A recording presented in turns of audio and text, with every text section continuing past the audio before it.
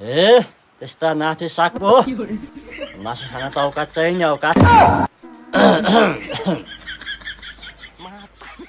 बोलचालै नभएपछि छिमेकीले जेसुकै पकाओस् त जेको चासो हुँदो रहेछ कोही कोहीलाई फेरि दिमाग हुनु पर्यो नि दिमाग आफ्नो गर्नु आफ्नो खानु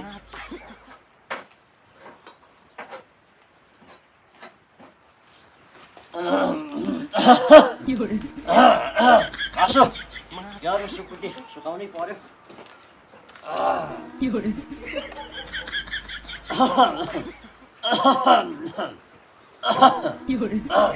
अब कोही कहिले जस्तो रगतै हरियो हुने गरेर साग खान मन लाग्दैन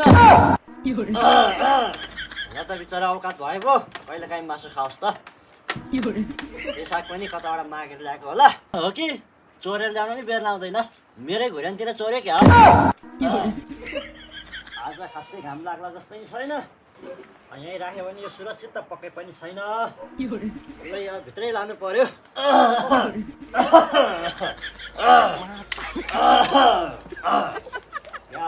गाह्रो छ नि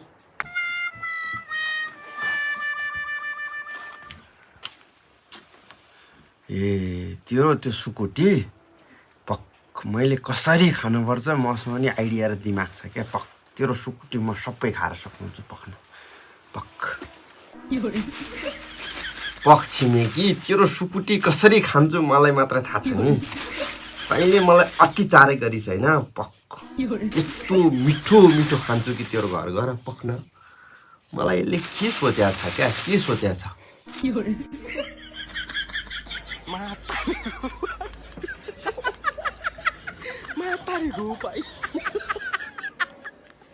ए छिमेकी अब तेरो सुकुटी म कसरी खान्छु हामी त ललनजी हे ललन तराईबाट आइहालेछ हजुर ह काण्डेजी होइन को बोलाउँछ मलाई काण्डे काण्डे भनेर हामी तराईबाट आइहालेछ हजुर ह काण्डेजी ए भैया मेरोमा त थोत्रो कबाडीहरू छैन त त्यस्तो होइन नि हजुर म कहाँ त्यस्तो कबाडी लिन आएको हो त हजुर म त हजुरसँग भेटघाट गर्न आइहालेछ हजुर तराईबाट नमस्कार हजुर नमस्ते नमस्ते मलाई चिन्नुहुन्छ र हजुरलाई कहाँबाट नचिन्नु काण्डेजी तपाईँको बाबा र मेरो बाबाजी मित हुनुहुन्थ्यो ऊ बेला हजुरलाई थाहा नहुन सक्छ हजुर त्यही भएर म त मित बाको घरमा भेटभाट गर्न आइहालेछ हजुर तराईबाट मित होइन मेरो बाबुले फेरि कहिले तराईमा गएर मित लाउन भ्याछ साँच्ची भनिरहेको छु हजुर तपाईँको बाबा तराई झर्ने बेला मित लाइहालेछ उहाँहरू अनि हजुरको नाम चाहिँ के हो त मेरो नाम चाहिँ हजुर ललन यादव हो हजुर ललन यादव लु माथि आएर गफ गरौँ न त लु भइहालेछ हजुर म माथि नै आइहाल्छु हजुर अनि काण्डेजी हाम्रो मित बाबुजी घरमा हुनुहुन्न कहाँ जानुभयो उहाँ ए हुनुहुन्न उहाँ त काठमाडौँतिर जानु भएको छ ल आउनु त्यसमा बसेरै कुरा गरौँ भइहालेछ हजुर अनि तपाईँ हजुर आराम हुनुहुन्छ एकदम ठिक छ तपाईँले कस्तो छ म पनि ठिक छु काण्डेजी हजुर म त यसो मित बाबुजीसँग दुई चारवटा दुखा सुखाको गफ गरौँ कि भनेर तराईबाट पहाड चढिहालेछ हजुर अनि मित बाले भेट्न आउनु भयो हजुर अनि मित बाले भेट्न आउनु भएको छ खै हात त खाली खाली छ त त्यस्तो कहाँबाट हुन्छ काण्डेजी मैले ल्याउन त तराईबाट बम माछा लिएर आइहाले थिएँ तपाईँहरूको पहाड आउने बाटो बहुत अप्ठ्यारो हजुर चिप्लेर लडिहालेछ बम माछा सबै तलखारीतिर पुगिहालेछ फोहोर चिज मित बाबुजीको घर के ल्याइहाल्नु भनेर मैले त्यतै छोडिहालेछ हजुर फेरि आउँदा लिएर आइहाल्छु हजुर ल अनि तातो चिसो के खानुहुन्छ त थाक्नु भयो होला एकदमै तपाईँको पहाड चढ्दा बहुत गर्मी भइहालेछ मलाई चिसो चाहिँ ल्याइदिइहाल्नुहोस् हजुर चिसो हजुर ल म लिएर आउँछु भइहालेछ हजुर भइहालेछ काण्डेजी ल मित बाबुकै छोरा हो नि ए बाबा तपाईँको बाबुजीलाई सोध्नुहोस् ललन यादव को हो भनेर फोन गर्न पनि सक्नुहुनेछ ल ल भइहालेछ हजुर ल चिसो लिएर आइहाल्छु तेरो ललन यादव म देखाउँछु तेरो घरमा सुकुटी डिउ मैले देख्या छु नि पक्लास तँलाई तेरीमा टोक्ने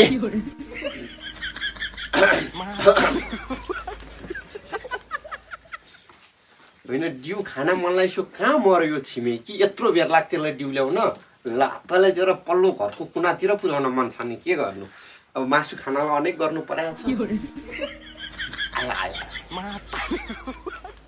ल चिसो डिउ आइपुग्यो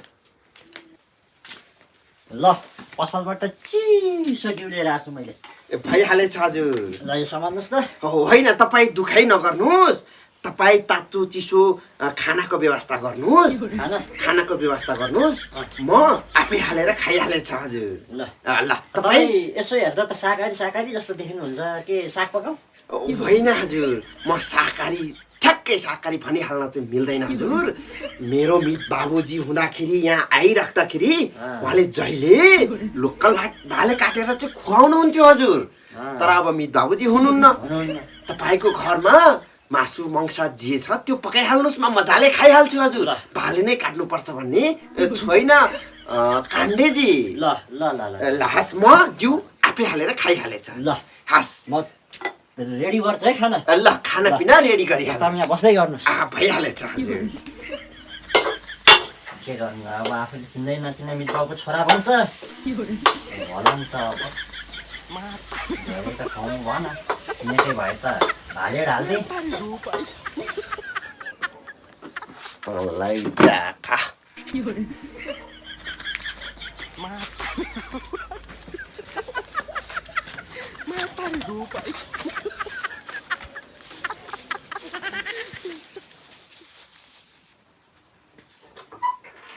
लालनजी कहाँ जानुभयो तपाईँ हजुर काण्डेजी होइन के खोज्नुभयो त्यता म यहाँ पछाडि सुगर आइहालेछ हजुर सर्पी यता थियो त्यता जानुभयो तपाईँ ल भइगयो आउनुहोस् आउनुहोस् म आइहालेँ हजुर आइहालेँ भइहालेछ हजुर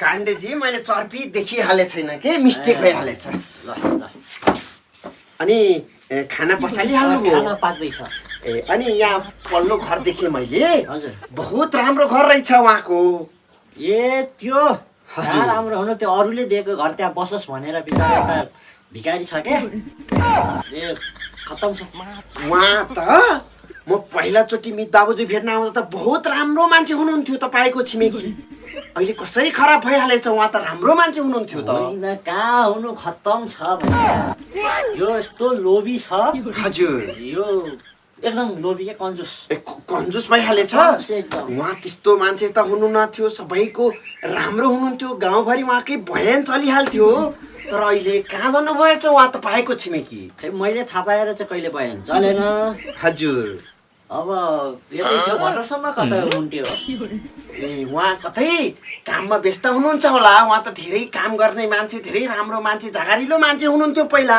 कहाँ काम गर्ने मजा सुतेर बस्छ कता मागेर ल्याएर अघि साग पकाउँदै थियो साग पकाइहालेछ साग त फेरि शरीरको लागि बहुत राम्रो चिज हो नि हजुर त्यो कहिले काहीँ खाँदा पो राम्रो चिज हो त हजुर।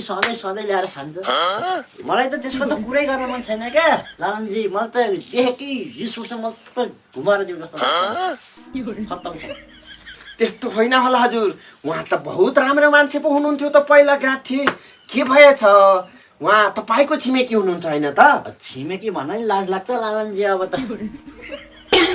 किन होला त्यस्तो हजुर उहाँ बहुत राम्रो मान्छे हुनुहुन्थ्यो ल ठिकै छ उहाँलाई पनि भरे भोलि भेटघाट गर्नु पर्ला कस्तो भेटघाट मेरोमा आएपछि कहाँ म उता पठाउँछु तपाईँलाई त्यसो घरमा तपाईँ म मात्रै होइन मेरो आफन्त इष्ट मित्र छ नि हजुर उहाँहरू पनि म जान्दिनँ किन तपाईँहरूको बोलचाल छैन हजुर बोलचाल त के हाम्रो त कुराकानी फिटिकैमा सासले पनि सास पनि टच हुन हुँदैन ए त्यस्तो भइहालेछ तर उहाँ बहुत राम्रो मान्छे छ काण्डेजी तपाईँले सक्नुहुन्छ भने मान्छे झुकेर सानो हुँदैन हजुर तपाईँले माफी माग्नुहोस् हजुर कस्तो राम्रो राम्रो भन्नु भा तपाईँले यहाँ बस्न मन छैन मेरोमा त्यस्तो होइन काण्डेजी हजुर ल भइहालेछ हजुर खाना पाक्दै होला हजुर खाना हेर्न गइहाल्नुहोस् हजुर तपाईँ पनि ल म खाना पकाउँछु यहाँ बस्दै गर्छु हस् हजुर तर तपाईँको छिमेकी बहुत राम्रो थियो हजुर फेरि ए होइन हजुर होइन तपाईँ काम गर्न जानुहोस् हजुर खाना पनि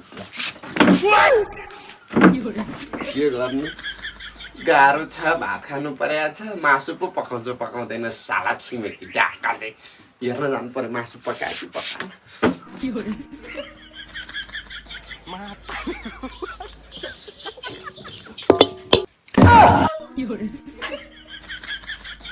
साला छिमेकी बहुत लोभी यार, यति पकाएछ यार साले। साले छिमेकीले त मासै पकाउन छ नि, लोभी पनि अलिअलि हो र। के गर्नु, लात्ताले हानेर तल पुर्याउन मन थियो नि। अब यो कुरो मिले होइन, मासु खानु पर्यो। खै ल्याउँदैन, त्यही पनि भित्रै खाएर बस्यो क्या साला।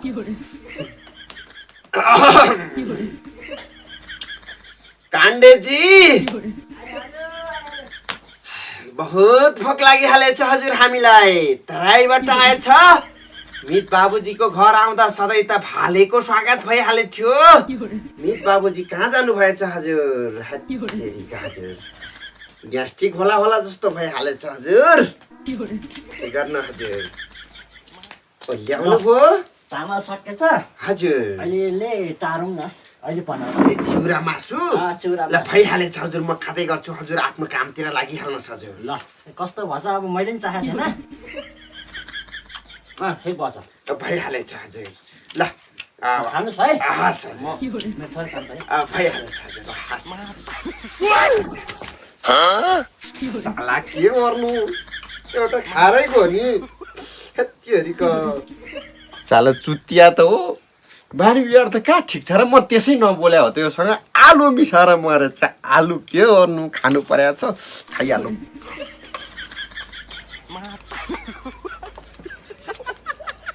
म कहाँ त्यसै छोड्छु, 4-5 दिन त यसमा यस्तो खान्छु कि यस्तो खान्छु कि पर्नु।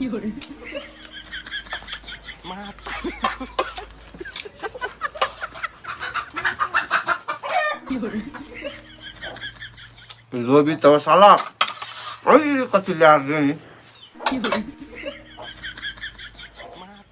साँच्चै त दुश्मनको छाल पो हो त। त्यस्तै डिसुसेको थुतु नै साला। के भयो लालनजी? केही होइन हजुर। कस्तो बहुत चिप्लेर लडिहालेछ हजुर। थाल भुइँमा झरिहालेछ, म टिपिहाल्छु हजुर।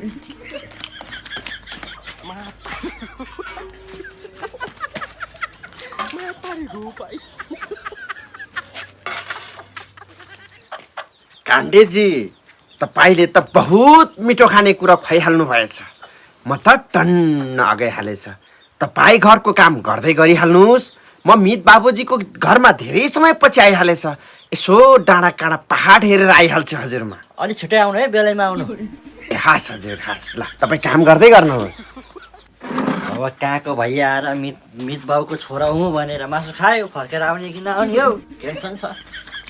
साला छिमेकी, अब हातमुख त धुनै पर्यो नि। यतिकै बस्यो नि मेरो भैँसी भोकै हुन्छ है। अब भरे बनिन्छ नि फेरि काले। आफूले देखाए होइन। होइन आज यो कहाँ गएछ यो छिमेकी, मरेछ क्या हो? देख्दिनँ त म। मलाई त बाहिर पिलिक्क हेर्थ्यो, कहाँ गएछ आज? जासुकै जाओस्, मऱ्यो नि मरोस्। होइन छिमेकी हो, अब फेरि मरेर बस्यो भने त मलाई नै गाला हुने। यिनीहरूको दुश्मन छ भन्छ। एकचोटि हेर्नु चाहिँ पऱ्यो है। के गर्नु, दुश्मनै भयो भने एकचोटि हेर्नु त पऱ्यो।